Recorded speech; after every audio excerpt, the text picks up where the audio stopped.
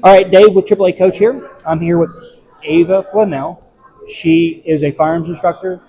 She's a staunch Second Amendment advocate. I'm going to just let her introduce herself for those of you who don't know her. Go ahead.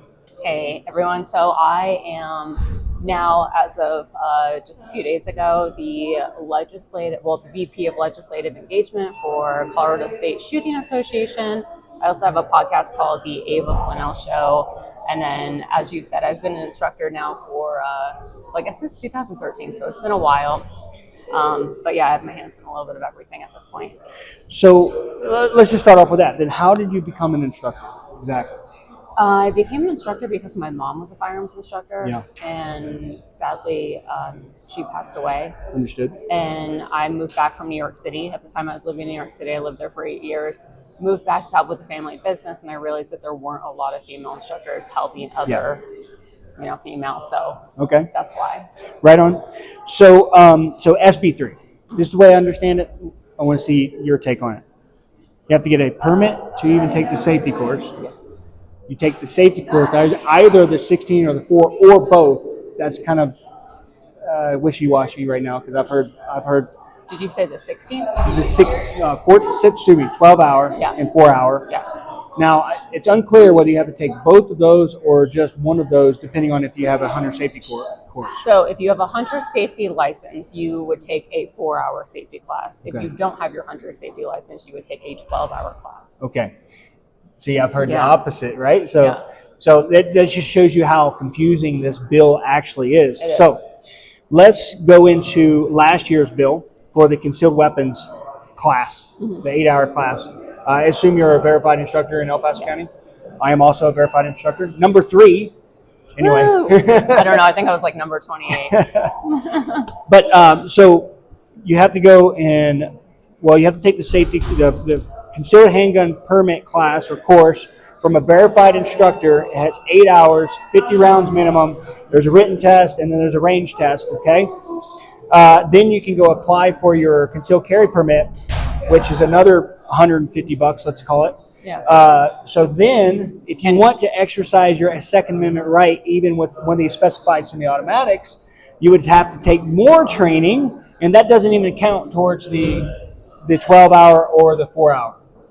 No, Correct? so if you took more training, that would count towards either that 4-hour or that 12-hour. Okay. You would just have to get that card first. You do a background check, get the card from CPW, then you would take the class. And what's interesting is the class is very similar to the concealed carry class. Right. So if you look at like what they want you to go over, so it's safe gun handling, ammunition, talking to children about firearms. But in addition, there's also a few things that are kind of interesting, like they want you to talk about empathy, victims and empathy. Yeah, and what is there was that? something else, and I'm like, how do you even teach empathy?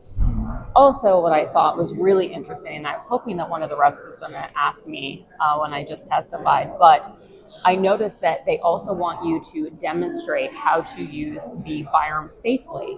Yep. My question is, how do you, as an instructor, how are you going to make sure that they are demonstrating the firearm, that they're able to demonstrate the firearm, if they aren't able to buy their firearm first? Well, I mean, as an instructor, I think that would mean that we would actually have to purchase those firearms. But think about it. There's hundreds of variations. Right. So let's say I have an AR, which everyone is making this bill about an AR, and it's not. It's about a lot of other guns, lots of shotguns included. That's true. So normally with the concealed carry classes, I would have somebody bring their own handgun in, familiarize themselves with that gun, and then they would go through and then they would go and get their concealed carry permit, but they would know how to use that gun properly. Right. With this, because they can't buy the gun beforehand, how are they familiarizing themselves with this gun? Yep. And it's virtually impossible unless we're a gun store to have all of these guns. And even if you're a gun store, you're not. I mean, unless you're like a big box store, maybe. Right. So, we can talk offline about it, but the way I understand it is, as a verified instructor, we might be able to purchase these specified semi-automatics and have them on hand for our students. Maybe. Right. But yeah, that's a good point. We don't even know if we would. I mean, Would we be grandfathered into this thing? Well, we or would grandmothered in your case? we would be grandfathered into whatever we own, but I don't know if. Yeah, I mean that's an excellent point, and then also that's expensive too. I mean, the average firearm on the low end is about $500, and again, when we're talking about long guns, that's very low. Yeah. They are usually at least $700+ Now, your sister generally runs the Dragon Mans, correct? Yeah. So maybe you guys have talked about this, but this will create even more of a black market than there already is, correct? Correct. Right. So law-abiding citizens, they'll go through the red tape, all that stuff, but the criminal, they're just going to go, oh, well, I'll go buy it from, maybe Tren de Agua, I don't know. Yeah. So I think they have actually pushed so many laws at this point that it is becoming almost impossible to become a law-abiding citizen. Yep. Whether you knowingly or unknowingly break that law. And also, I mean, if somebody wants to, even let's just say hunting. Let's say somebody wants to go hunting. So now CPW there's this bottleneck. It's already taking them a long time before they even get that permit, as it stands. Before it's all said and done. But now with all these people now swarming to probably get their hunter safety license because they don't want to take the 12-hour class, it's going to prolong it even further. By the time they go through the whole procedure, we're talking about, honestly, in there they said weeks. I thought that was a joke because I'm thinking it's going to be close to a year. It's going to be a long time. If somebody, let's say they want to go hunting because they can't afford food and they want to provide for their family, now they have to wait a year just to buy a hunting rifle. Right. Exactly. So, do you have anything else you want to say?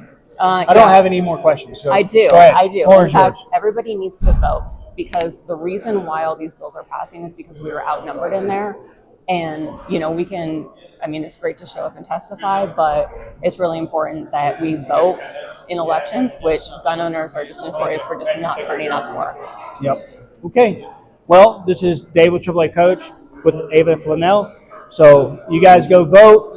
Obviously, it's kind of too late for you to be up here now, but in future elections. Yeah. Well, I'm saying it's too late for you to be testifying up here now, but for the next testimony, if this ever makes its way again, then obviously come testify, or at least in person. Oh yeah, and there's so many future bills. I mean, we're getting swarmed. There's plenty of opportunities. We're only halfway through the legislative session, so definitely sign up, and or at the very least contact your representatives and tell them to stop voting yes on these bills.